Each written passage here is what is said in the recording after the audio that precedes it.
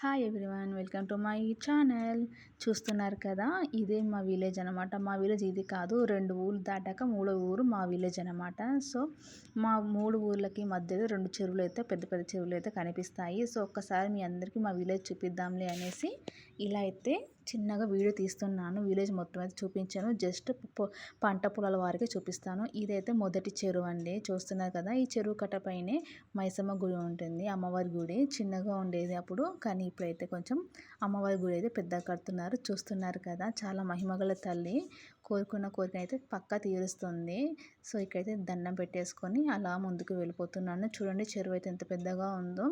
ఇంత పెద్ద చెరువు ఉన్నా కానీ నీళ్ళకైతే మాకైతే అదవండి. ఎందుకంటే చాలా ఊళ్ళు ఉంటాయి కదా చుట్టూ. అలా ఈ చెరువు పక్కనే ఉన్న వీళ్ళైతే హ్యాపీగా నాటైతే వేసేసుకున్నారు. ముందు ముందు చూద్దాం పదండి, ఇంకా నాట్లు వేస్తున్నారా వేయట్లేదు. ఇది వచ్చేసి 2వ ఊరు. ఈ ఊరికి మా ఊరికి ఇంకొక చెరువు మధ్యలో అయితే ఒక చెరువు ఉంటుంది. సో ఈ చెరువు దాటాకే మా ఊరు పొలాలు అయితే కనిపిస్తాయి. చూడాలి, వర్షాలు లేవు కదా. సో పొలాల్లోకి నాట్లు వేస్తున్నారా లేదా ఇంకా తెలియదు. వేస్తున్నారా లేదో ఇప్పుడు మీతో పాటు నేను కూడా చూస్తానన్నమాట.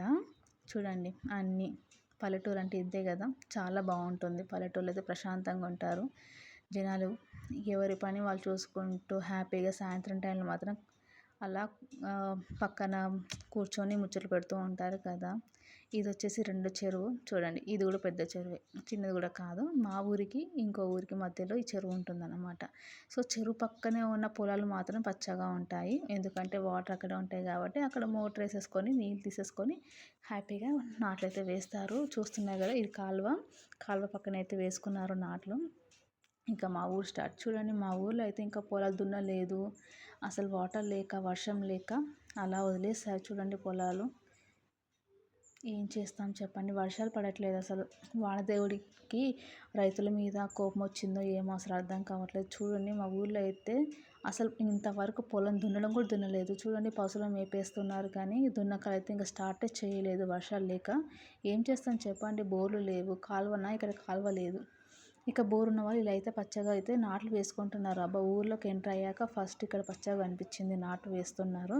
సో మళ్ళీ ఇక్కడ నుంచి మళ్ళీ సేమ్ అన్నమాట. అసలు నారు ఏం లేదు, జనాలే కనిపించట్లేదు అసలు రోడ్డు పైన కూడా. పోయి అసలు వానదేవుడు ఎందుకు ఇంత కోపంగా ఉన్నాడో అర్థం కావట్లేదు. వర్షాలు మంచిగా పడితేనే కదా వ్యవసాయం జరిగేది.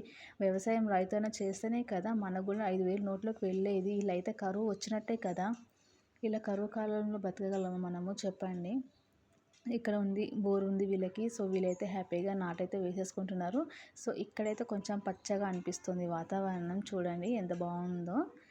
అంటే మీకు ఇది వచ్చేసి ఇందాక మీకు చూపించాను కదా చెరువు, ఆ చెరువు కట్ట ఆపోజిట్ అనమాట. ఎందుకంటే కాలువలు అటే వెళ్తాయి కదా.